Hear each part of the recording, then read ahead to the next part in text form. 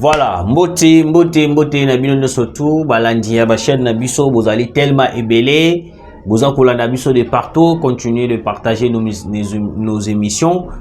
Bo liker et que ça la biso vraiment trop bien parce que tant bo like ka bo partager ka bo commenter ka. Toujours mon vraiment volonté ou bozo sala pour na biso Nzambe akuzanga te kupambola bino. Alors, je salue tout d'abord maman Pauline Lumumba ou na biso depuis quelque part. Et puis na balandinyo surtout ya ba chaîne na biso bo continuer ko s'abonner, bo partager, bo liker nos émissions et que ça la biso vraiment trop bien. Coopération militaire RDC Centrafrique. Toko solo la yango. On vient de signer, la RDC vient de signer une coopération militaire entre le Centrafrique, RCA, place au Wapi. Namoni Batebele, excusez-moi, Namoni Batebele, va commenter sur le sujet, va lobby, qui va loba. Moi aussi, je viens pour parler, pour proposer aussi quelques points, parce que Mokonzambo Kayo Karabiso surtout. L'autre fois, on a salé une mission là-bas qui Mokonzamboka. Bon interpeller, bon convoquer chef Kamfouawana ou Asala qui analyse pour soutenir Moïse Katumbi. Et puis Lelo, malamoko on a une moni, va convoquer, va interpeller. Et puis lundi malamoko va invitation deux fois yango déjà. Depuis le jour où on a malamoko le lendemain va salé qui malamoko invitation. Merci na Mokonzamboka et puis na ba service de sécurité ba bo kolanda biso bo continuer ko partager soki to lobi eloko ya mabe bo limbisi biso soki pe to lobi eloko est très important bo salela yango pe parce que population ndem tapé ça rapé biso ba idée to analyser biso bo côté mais avec le soutien de la population ndé to yoka pe to analyser to yebisi bino o nini population azana yango. Alors très chers Congolais, Mokonzamboka auti kosola na Joao Lorenzo na téléphone. Babeti moi masolo ebele. Babeti masolo ebele. Et ça premier sujet na ngana ko banda ko développer. Bon partager. Le président Joao Lorenzo a eu ce matin des conversations téléphoniques avec le président Félix Tshisekedi, avec le président Félix Antoine Tshisekedi Tshilombo et le président de la République du Rwanda Paul Kagame sur la situation sécuritaire dans l'est de la République démocratique du Congo. En particulier, le chef de l'État a abordé. Le chef de l'État, pardon, excusez-moi, n'a appelé ça moi lumière, ok, a abordé avec le dé homologue les derniers développements dans le cadre des efforts en cours dans le cadre du processus de Luanda, ainsi que les prochaines étapes visant à trouver une solution durable à la crise qui frappe la région orientale du pays démocratique République du Congo. Bande Konanga, Congolais de père et de mère, nous allons parler pour te expliquer bien qu'est-ce qui se passe réellement. Nino ezo leka, nino yo ezo tambola. Parce que badongolo miso pe belé, bazolo ba pe oya bango pe ba moni ba koki koloba. Biso pe tant que peuple congolais, tant que analyste, to yepe biso pe to beta masona biso o wapi to koki kosola. Très cher Congolais, boyoka. Mokonzamboka ba soli na Joao Lorenzo lelo na tongo. Appel téléphonique Tshisekedi Joao Lorenzo. Na kati ya masolo na bango o ba sololi, Lorenzo est en train d'exiger, non pas exiger, mais Lorenzo est en train de demander envers Tshisekedi qu'on puisse aller au bout de cette pourparlers parce qu'il a compris une chose. Au fur et à mesure, tozo solola, au fur et à mesure que la situation sécuritaire ya est et zako se détériorer et zako beba lisusu makasi. Alors, il a fallu qu'on puisse trouver une solution plus rapidement pour que cette processus et cette façon de faire les choses, to comme na yango na suka, pour que makambo beba lisusu makasi te. Joao Lorenzo a proposé à Félix Antoine Tshisekedi. Est-ce qu'il n'y a pas moyen to kende kaka na voix ya koyeba na kosola na ba M23 T? Parce que na lire todo kende tozo risqué to comme ba une année 2 ans sans pourtant to trouver solution na depuis to bani kosola makambo na Luanda. Là c'est Joao Lorenzo. Joao Lorenzo. Amérique ko sala lokola ndeta lembisa Tshisekedi. Amérique ko lakisa le président de la République. Amérique ko lakisa Félix. Amérique ko lakisa Fachi. Ba défaillance makasi ezali na est de la République. Oyo ezo senga seulement to clore position nyo surtout to kindika kata na dialogue. Voilà Joao Lorenzo. Le président Tshisekedi a lobby boy. Ngai na prometaki na peuple congolais. La population congolaise, Mobimba Keno, il n'y aura pas et puis il n'y aura jamais un dialogue direct avec le M23. Peut-être je peux parler avec Paul Kagame, mais pour parler avec Paul Kagame, tout d'abord, il faut arrêter les militaires dans l'Est de la République. Nakoki jamais que cela Paul Kagame alors qu'il y a yebi que non Paul Kagame n'est pas dans l'Est kuna azo bouma kaka azo violé kaka azo massacré kaka na kosala yango te. Mais ce qui n'a pas kosala yango c'est qu'il y a déjà longoli ba militaire na yenyo surtout a longoli ba tuna yenyo surtout na mboka nanga ndenga la koti siko na komi kosola na Paul Kagame. Est-ce que vous comprenez? Joao Lorenzo alobi mais ozomona te situation ndenge ezokende. Moko d'abord alobi non.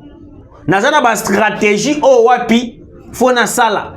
Si le Rwanda azo continuer kaka ko s'entêter, ko massacrer, ko violer, ko sala nyo surtout, alors ngai de ma part étant que RDC, lokola ezali mabele nanga na ko appliquer la voie militaire. Parce que na comprendre que non Rwanda za na posa ya kobima na mabele na ngate lokola minéré ekangie na mungongo eza lokola sende ekangi moto na mongongo lokola Rwanda za na posa ya kobima na mabele na ngate lokola Rwanda za na posa ke bato na Rwanda bato ba innocent ba kufa pas de problème. Moi aussi je vais appliquer la voie forte. La voie forte c'est nini na ko sale la kaka ba matériel nanga o nazana yango parce que jeu de matériel on a réceptionné que uta ki Chine uta réussi mais ce que naza ko éviter ko appliquer yango c'est parce que j'ai compris que non il y a aussi des innocents en Rwanda et le ko Kagame azo comprendre été appel téléphonique wana basali 3 heures du temps ko solo là 3 je dis bien 3 heures du temps. Depuis que Joao Lorenzo parlait avec Tshisekedi et Paul Kagame. Tshisekedi a lobby, yebisa Paul Kagame. Soki andimi kobima na mabele na ngai alors avant toko ma décembre babimisa bato na ye makambo nyonso tout. Mais soki a continué ko s'entêter avant toko ma décembre, je vais frapper sérieusement le Rwanda. Et puis je le dis sans mâcher les mots. Joao Lorenzo akei lisusu asololina Paul Kagame. Paul Kagame, vu qu'il est tellement orgueilleux, vu qu'il est yepona ye lokola mona rabatunya surtout la batunya surtout lokola bazoba mona rabatunya surtout lokola bana mikie. Paul Kagame azoyebisa Joao Lorenzo boye.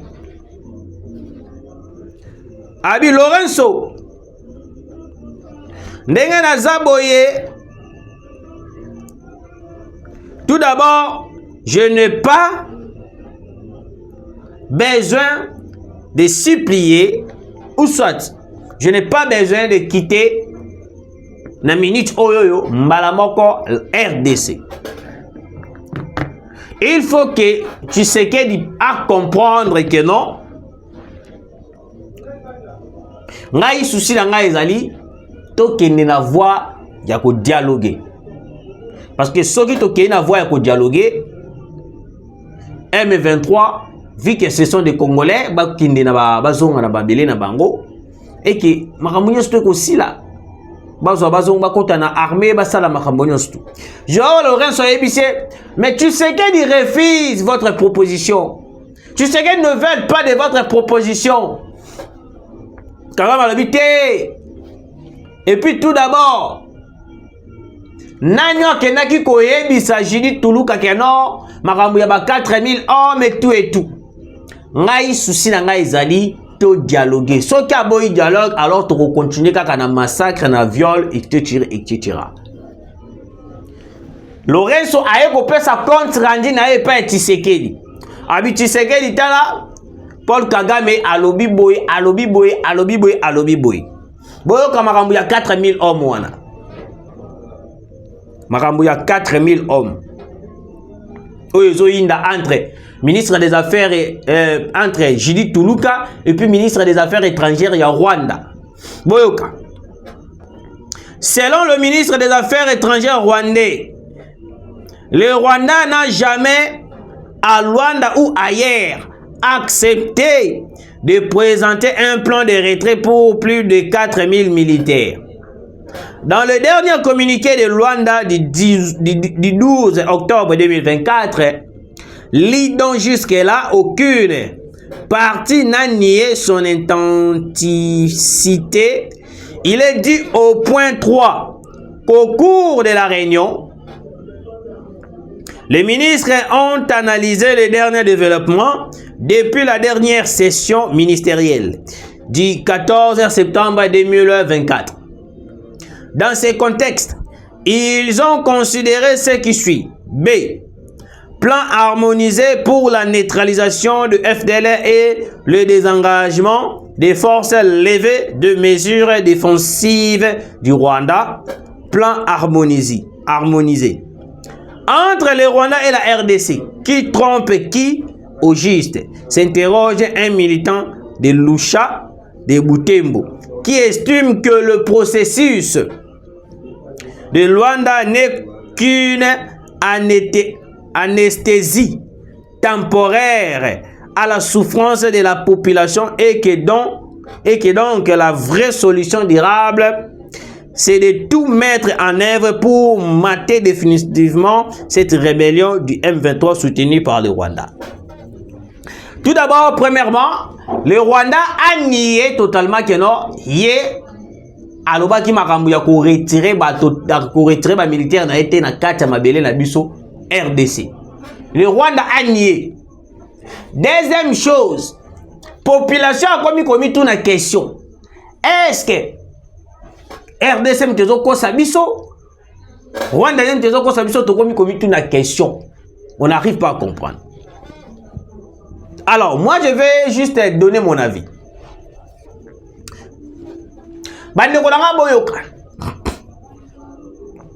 Le Rwanda ndenga zali bongo. Ata ndimi eloko akotikalaka jamais ko avouer yango. Peut-être même sous beaucoup comprendre te. Parce que Rwanda ndenga zabongo pona ye il faut to continuer na makambo ezali massacre na makambo tout là. Parce que proposition na nga ezali bo monsieur le président de la République. Na stade autokomi na yango, na moment autokomi na yango, je pense que on est obligé déterminé de mettre la solution militaire en première position. Toute la solution militaire en première position. Pourquoi j'ai dit ça? Parce que le Rwanda a commis qu'on ça comme publication comme si biso la RDC to commis qu'on tromper population na biso et que malembe tozo qui n'a pas dialoguer avec les M23. Est-ce que je me fais comprendre? Donc le Rwanda a commis comme biso malembe comme si net biso to commis qu'on dima to dialoguer avec les M23 et que to trahir au peuple. Au moni place Rwanda commis comme biso. Parce que makambo oyo yango moni ba solo la ki na ndenge Kagame lobby na appel téléphonique entre Joao Lorenzo et Paul Kagame na Tshisekedi. Sikoyo après avoir kokata appel boyo kasko place makambo baluki. Tshisekedi directement atindi bato. Tokei directement qu'on signe accord militaire, coopération militaire avec les Centrafrique. Je vais vous lire l'information avant que je puisse continuer à développer. Parce que moi, j'aime beaucoup de preuves. Dans l'ingaraté, dans l'oba, sans pourtant avoir de preuves. Et puis, tout le monde, dans le dernier sujet, il y a le docteur Mukwege. La RDC et la Centrafrique ont signé un accord de coopération militaire. Cet accord prévoit des échanges et des renseignements et des stratégies pour sécuriser la frontière commune. Dernièrement ici, vous avez beaucoup se rappelé, frontière na biso et comment qui menacé, ba milice moko ba uta ba ndeko uta Centrafrique ba ndeko kota la biso ko menacer biso ko boma ko violer ko sala makambo nyo surtout. À part wana, dans la logique des choses, Centrafrique a un problème na biso te. Parce que ngala moni ba commentaire ba tu mususu ote Centrafrique a collaborer na Rwanda, a sala kaboy. Moi je sais et le ngana yebi Centrafrique a un problème na biso te. À moins que na bossa na beaucoup ngana commentaire. Centrafrique a un problème na République démocratique du Congo te. Alors une coopération avec le Centrafrique et comme tu s'appelle niveau militaire na biso parce que on est dans une guerre. Et dans la vidéo mon réseau les cas na internet ba soldats nord-coréens bazola taba teni ya ba militaire russe bake ko bunda bazo bunda na ngambu ya ba russe parce que balati ba teni militaire ya ba russe omoni. Donc aujourd'hui pour avoir la solution il y a problème la biso est de la République et zo senga tête aux alara biso moko. On peut avoir des armes, on peut avoir des munitions, on peut avoir des avions, des drones militaires, tout. Mais il faut aussi tous à la peine un soutien moko quelconque. Yango modi Chine na Corée du Nord ba coopérera makasi na Russie. Parce que Russie sera comme une défaillance. A kobenga Chine, a kobenga Corée du Nord, a sali appel ba renforcer pour que abunda bitumbe zali na Ukraine. Alors na minute européenne, il a fallu aussi la RDC puisse avoir des relations militaires, des coopérations militaires avec ba pays mususu. Pas seulement ba pays ya libanda et mboka. Mais ba pays au peut baza ko entourer biso pour nous faciliter aussi de vaincre ya kolonga lisusu guerre au tozana yango. Parce que moi je peux l'appeler comme une guerre. Excusez. Je peux l'appeler comme une guerre. Parce que violer, massacrer, ça la surtout, ils ont déjà guerre. Parce que la coopération militaire au Sali, parce qu'on place tout ce qu'on m'a cassé. La France vient de déclarer à travers Emmanuel Macron. Balobi que non, on prévoit de venir parler avec le président Tshisekedi pour renforcer notre coopération et tout là balobi. Mokonza Mboka renforcer la coopération avec la France et d'aller lokola tozongara na libulu. Monsieur le président de la République, lokola to comprendre déjà que Rwanda a besoin de kolongola ba militaire dans l'est. Moi je vous propose des solutions. Des solutions. Première solution, lokola ba komi ko sala déjà ba rébellion par-ci par-là pour nous infiltrer dans plusieurs provinces. Je pense que monsieur le président de la République, nous devons fermer toutes les frontières. Fermer toutes les frontières.